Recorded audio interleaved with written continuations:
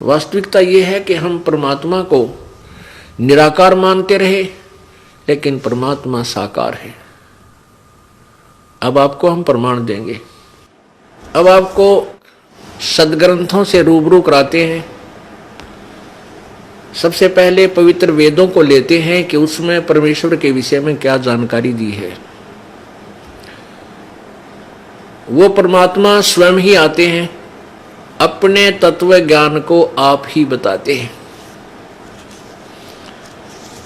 ऋग्वेद मंडल number 9 सूक्त number 96 और मंत्र number 16, 17, 18, 19 और 20 में ये स्पष्ट होगा कि वो परमात्मा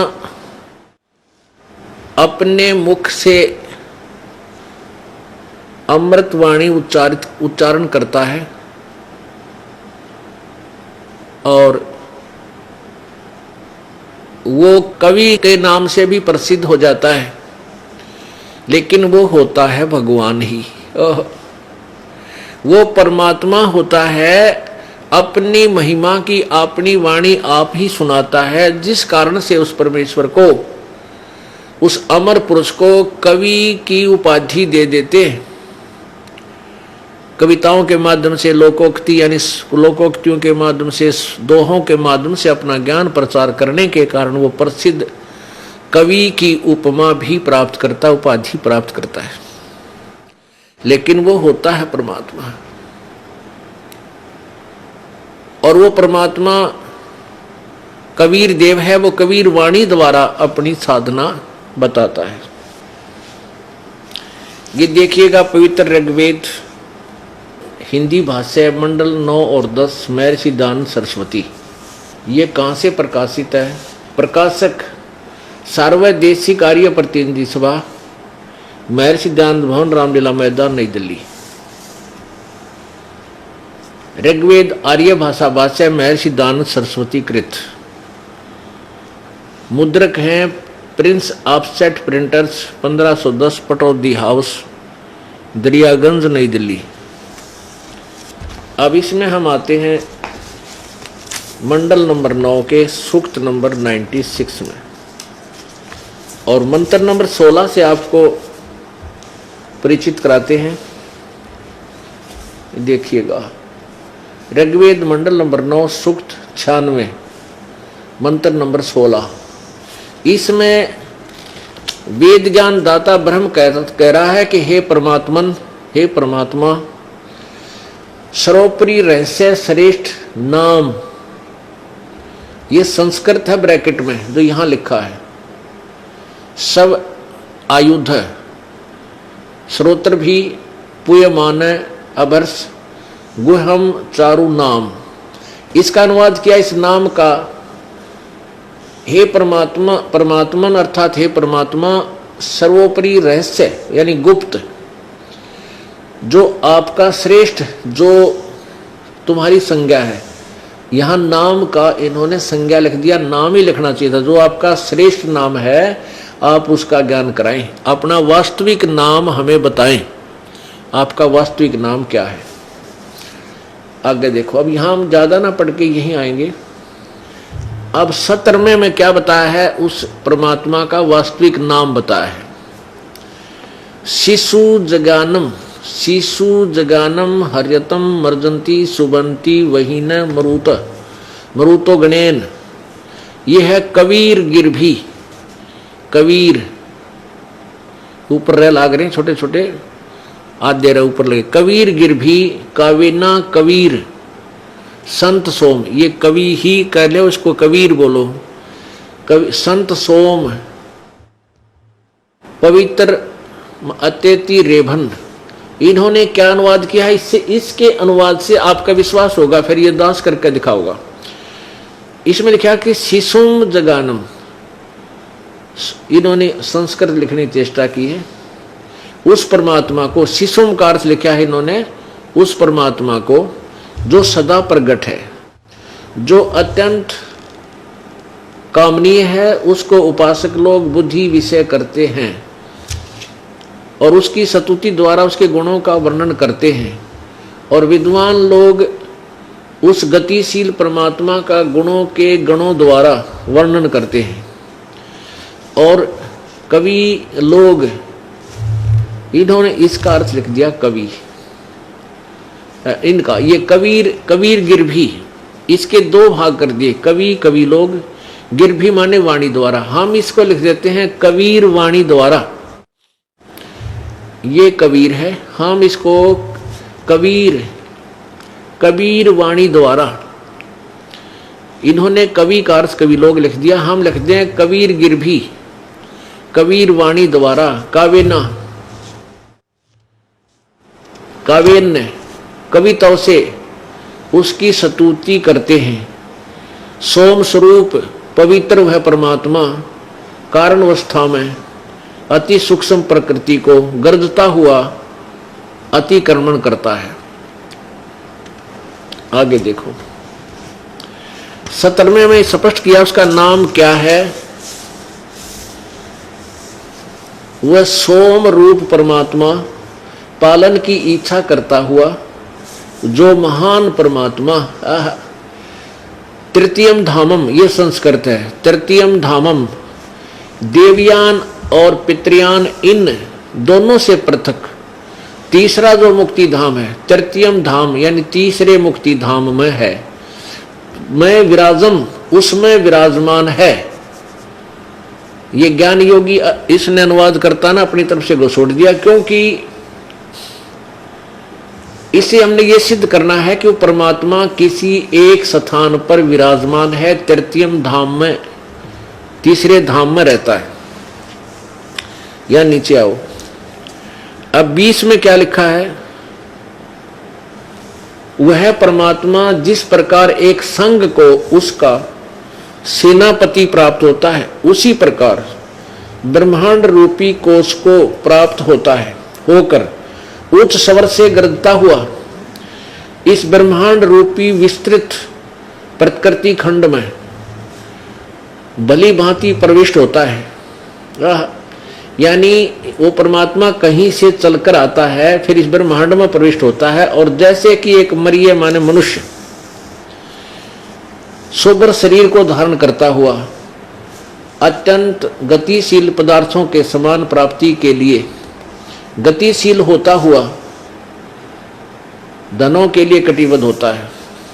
अब इन्होंने ज्ञान तो कहेगा था ही नहीं, खाओ से दड़ी पीवा था, दड़ी पक्का दूध और दंड पे लिया करता है, दान कहेगा वेरा नहीं था, इसने केवल संस्कृत भाषा जाने था।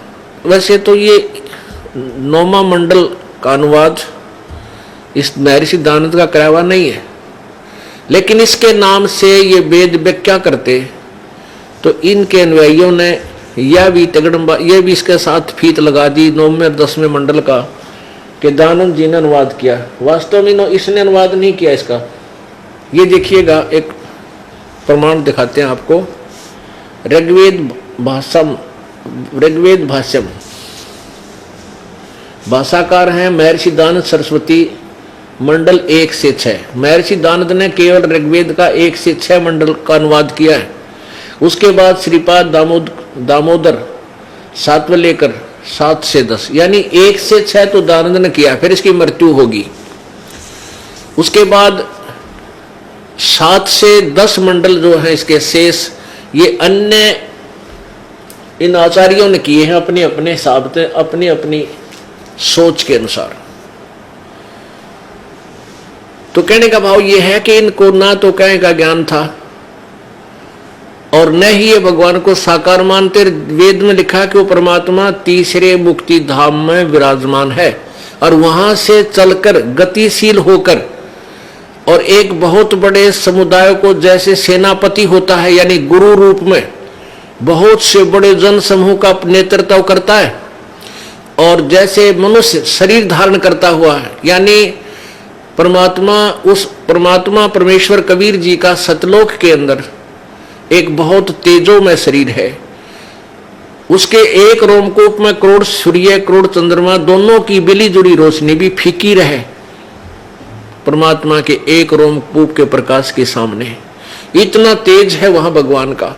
उस तेज पुंज के शरीर को अन्य वस्त्र धारण करके अन्य ओवरकोट पहन कर हल्का सुभर यानी हल्के तेज पुंज का शरीर रूप धारण करके वो परमात्मा यहां प्रकट होता है और वो अपनी प्यारी आत्माओं को मिलता है।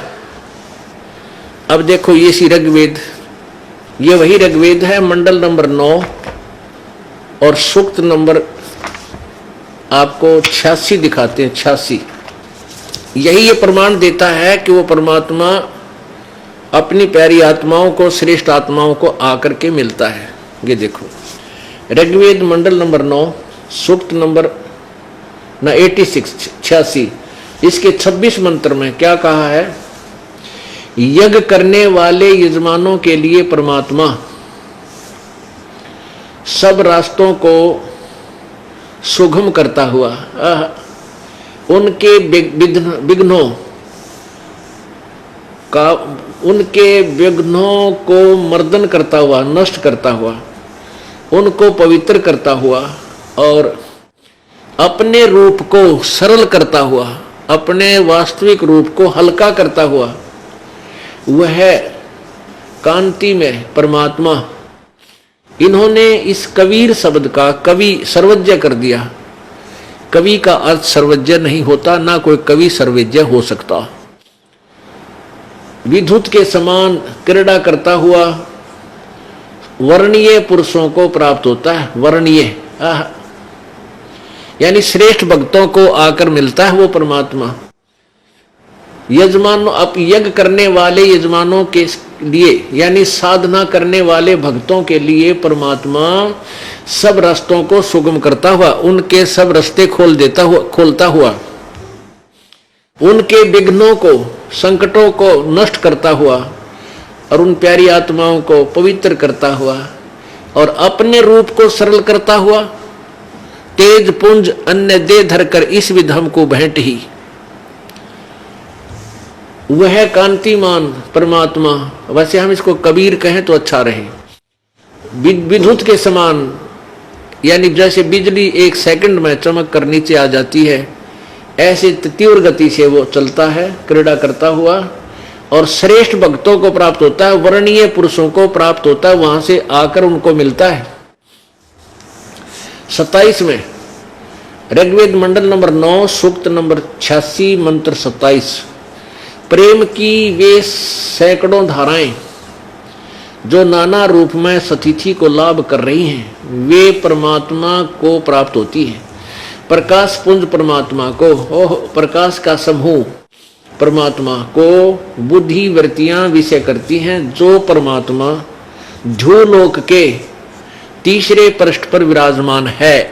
एक देशीय है। ध्रुवलोक माने उस सतलोक के, इस ब्रह्मांड के, ध्रुवलोक माने ब्रह्मांड के, जैसे 3 लोक हैं, ब्रह्मलोक, ब्रह्म का लोक, 21 ब्रह्मांड, परब्रह्म के लोक, 7 संख्य ब्रह्मांड, उनसे तीसरे पृष्ठ पर विराजमान। इससे हम ये लेना चाहते हैं कि परमात्मा साकार है और एक स्थान पर रहता है, वह प्रकाश रूप है, यानी बहुत तेजों में शरीर युक्त है। अब ऋग्वेद मंडल नंबर 9 सूक्त नंबर 82